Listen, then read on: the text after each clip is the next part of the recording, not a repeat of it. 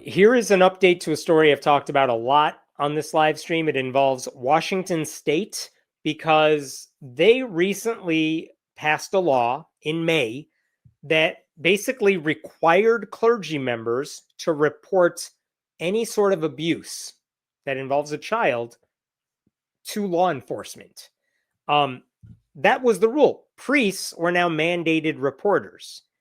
Teachers, social workers, they are all mandated reporters as well. If you learn a kid is a victim of abuse, or you learn from an adult that they are committing that abuse, you have a legal responsibility to tell a higher up, to tell law enforcement or whoever your supervisor is. And what they did in Washington State this past May is they passed a law adding priests to the list of mandated reporters. And that's all well and good. But here's what made that law stand out in Washington State. They said, even if you learn that someone is being abused or is committing abuse, even if you learn about that through the confessional booth, you still have to report it to law enforcement, which seems like a totally normal thing to do. Because if you're a Catholic priest, and their defense, by the way, was, well, listen, we don't have a problem being mandated reporters over here. But once we're in the box over here, it gets to stay our little secret. We cannot tell people what we hear from our parishioners. And literally, their argument was, if a parishioner came into the confessional booth and said, priest, I've done something really horrible to a child, and I'm going to do it again next week, and I feel very bad about this, the priests were saying, we can't tell the cops about that. They trusted us with the secret, and we got to keep it. Now, if they told us over here in the church somewhere, fine, fair game. We will go to the cops. But if they tell us in the confessional booth, it's a secret between us. That is, I'm not even making that up. That is the argument they were making. And we have seen what the consequences of that are like, to the point where I think in Australia, there was a priest who confessed to another priest that he was committing acts of abuse, and he was forgiven. And no one said anything about what was happening. And the abuse continued over and over and over. Because a lot of these predators, why would they even go into a confessional booth and say any of this? I mean, I think that's an obvious question. Who is going into a confessional booth and confessing to a crime like that? More people than you think. Because for a lot of these people, they know what they're doing is wrong, and they want to get it off their chest, and they want to feel better about themselves. And they kind of feel like, well, if I talk to the priest and get it off my chest, that I feel very bad about what I did, but I still have these thoughts, maybe it'll make me feel better. And then the priest keeps it a secret, and the abuse continues. So this was the issue in May. And the heroes who passed this law in Washington State said, we don't give a damn if you learn about the abuse in a confessional booth. Or if you're not a Catholic, we don't care if you learn about it because someone told you, because you were a trusted religious advisor. It doesn't matter. If you're a clergy member, you're a mandated reporter. No exceptions to the rule. And the Catholic Church said, okay, but like, we got to have that one exception. And this went back and forth. And Washington State, mostly Democrats, said, yeah, maybe it was all Democrats. I don't remember anymore. They said, we don't care. No exceptions. That's it. They passed that law. As soon as they passed that law, a trio of bishops, they sued to block it. The Pam Bondi Justice Department later filed their own lawsuit to block the law, because you know they love predators. And this is what all these, I've done so many different segments about that particular law. Just to be specific here, what the law said is that all mandated reporters are required to report suspicions of abuse within 48 hours. And if you don't, you might get a year-long prison sentence. You might have to pay a $5,000 fine. And priests are lumped in there, just like teachers, just like social workers. So ultimately, all of this comes down to a question of what's more important: protecting a religious tradition that priests are allowed to keep secrets or protecting children, which a lot of these religious leaders don't care about. Democrats have a higher ethical standard than the Catholic Church, and they said, we want to protect children. And the Catholic Church said, we want to protect religious traditions. So, after the bill was signed, Catholics flipped out, the right-wing government flipped out. The Washington State Catholic Conference, they were trying to have this both ways. This is what they said at one point. Let me show you this right here. I've shared this before, but it still makes me laugh, then cry. Look at this paragraph right over here. While we remain committed to protecting minors, oh yeah, Catholic Church, good commitment. While we remain committed to protecting minors and all vulnerable people from abuse, priests cannot comply with this law if the knowledge of abuse is obtained during the sacrament of reconciliation. And you see, right up here, when you capitalize the words, it's like a magic spell, which is their way of saying, you guys, this is our religion. We're allowed to protect predators. Also, we are totally committed to helping minors. But also, come on. We're the Catholic Church. If we don't protect predators, what do we stand for anymore? So this is, I cannot believe we are having this argument, but that is the argument we were having. Anyway, I'm going to skip ahead now because, again, I've talked about this before. These lawsuits have been going back and forth in court. And I'll be honest with you, it doesn't look great because the argument that we have a religious right to uphold our religious traditions and the state is telling us we don't care what your Catholic confession rules are, you got to protect the kids.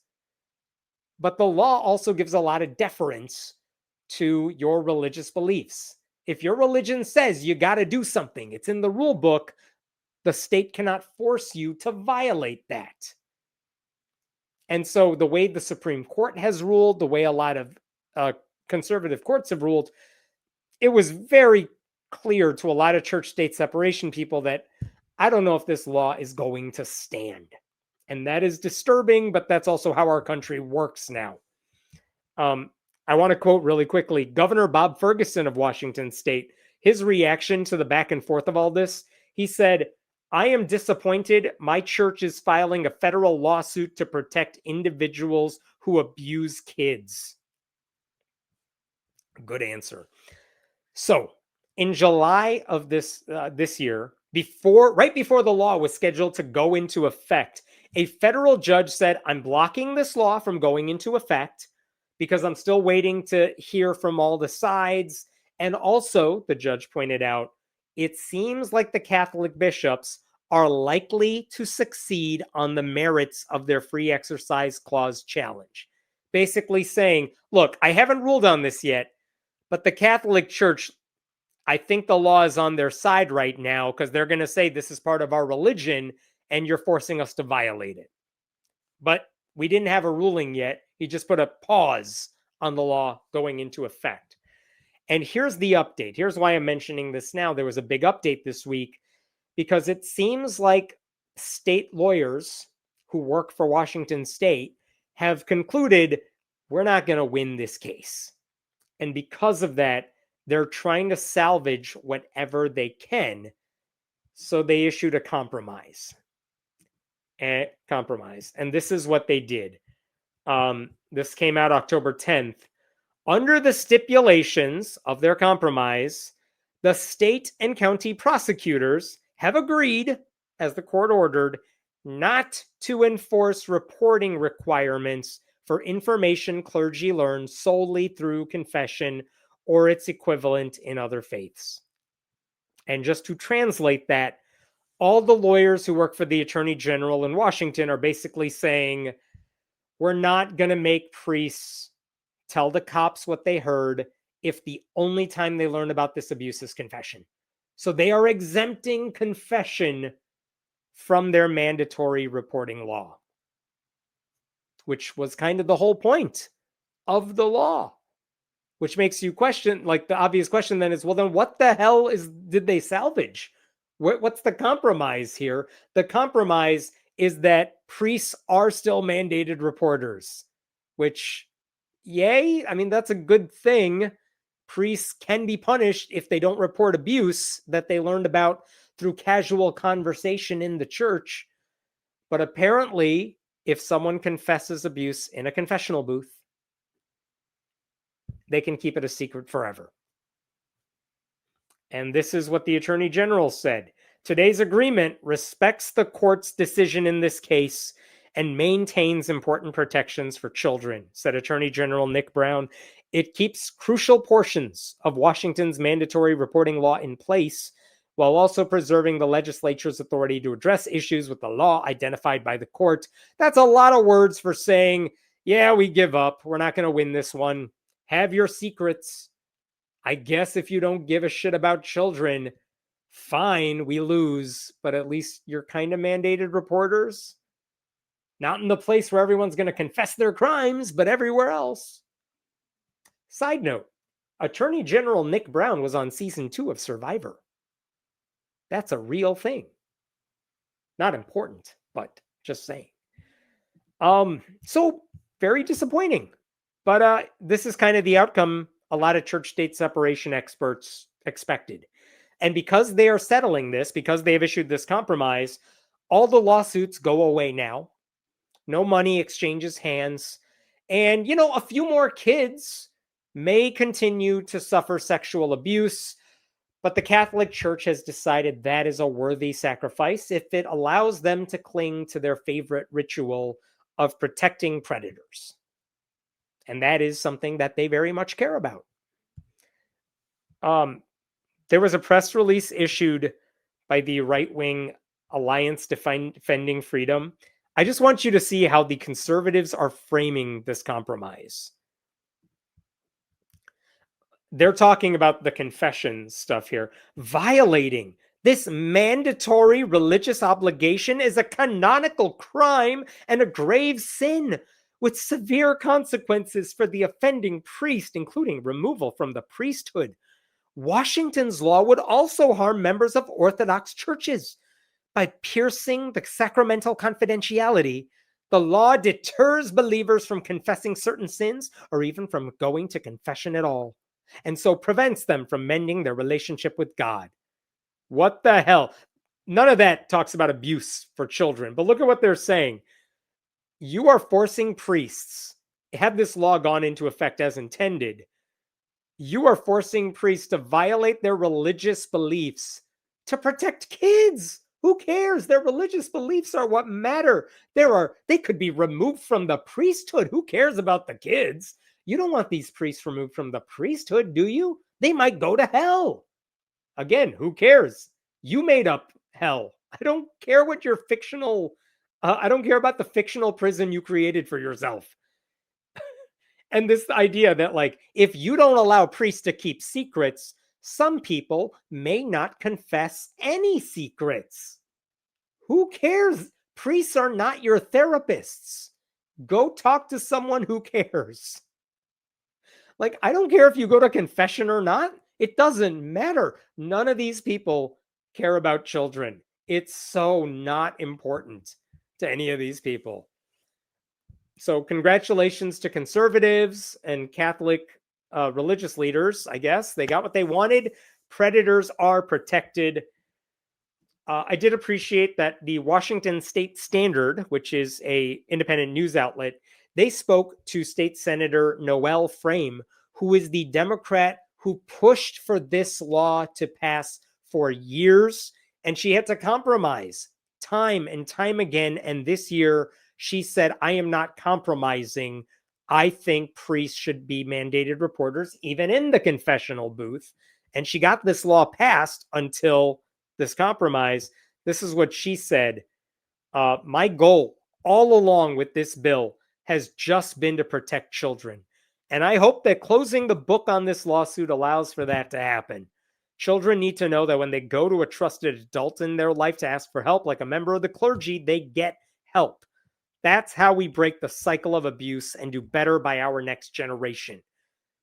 And I think what this quotation tells me is she cares more about kids than every single person who is defending the Catholic Church is right now.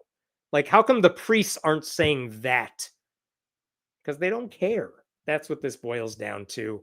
The irony about this, to me, is that the act of confession is meant to be redemptive. It's a place where you're supposed to be able to feel whole again. You did something wrong, you confessed it, now you can feel like yourself again. But church leaders are using the confessional booth to shield monsters from getting justice. Like, there's nothing sacred about being complicit in what they're doing. No God worth worshiping would ever demand that. And yet, that is the argument every conservative lawyer, all these church leaders made.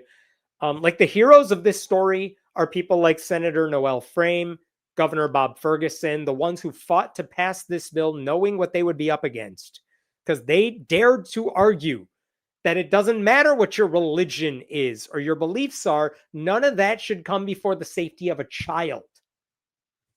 And that stands in contrast to the moral bankruptcy of the people fighting against them because they think their religious rules allow them to look the other way when faced with like the most obvious kind of evil. These people. All right, I'll stop there. What questions we got here?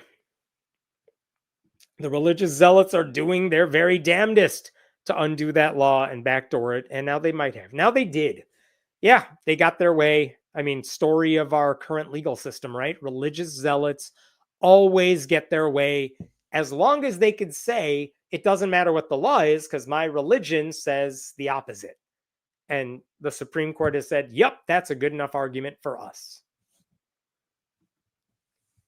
I don't get how the priests can live with that knowledge and not do anything to help the victim. I mean, it's a very legit comment, but also that's what we've learned about the Catholic Church for so many years. Like, it's not just the predator priests who were working for the Catholic Church for decades. There were so many people involved in the cover-up. All of those people could have stopped abuse for decades and decades, and so few actually did. So it's not just about this hypothetical confession situation. This is a long-standing problem in the Catholic Church where the people who have knowledge of wrongdoing decide not to tell people because they don't want to offend the church. They don't want to break the church rules. What happened to the Republicans being concerned about children's well-being? You're not going to believe this. Republicans lie. They don't care about children's well-being. They never have. They want to take away their health care. They want Donald Trump to walk through their beauty pageant locker rooms. I mean, I know you're being sarcastic, by the way. The compromise is that the law is just a really nice ornament, the kind to show and does nothing. Yeah, I mean, that is the compromise. It's the state of Washington giving up because and I'm not even mad at what they did because I get that they were in a bad position. I do wonder, maybe this law was still worth fighting, even if this was going to court. I know it would take time and money, but like, I want to see Democrats fighting for what's right and compromising on this. I don't really know what they achieved with the compromise because the Catholic Church largely said, we are fine with being mandated reporters outside the confessional booth. So you could have easily passed a law just to do that standalone, separately. So I don't know what the compromise achieved. Like, wouldn't it be better to just say, hey, we fought to protect kids and the Catholic Church stopped us from doing it, and the Republican Department of Justice stopped us from doing it? Like, I want to see that fight because I don't know what the compromise really achieved here that you couldn't achieve with the standalone bill later on. My buddy who's a legal PhD and I were really trying to lobby this, and it's just so upsetting to see how much money that the church threw at this. Money always makes the damn rules. I mean, yeah, that makes sense. They have a lot of money to protect predators. They always have. So, yes.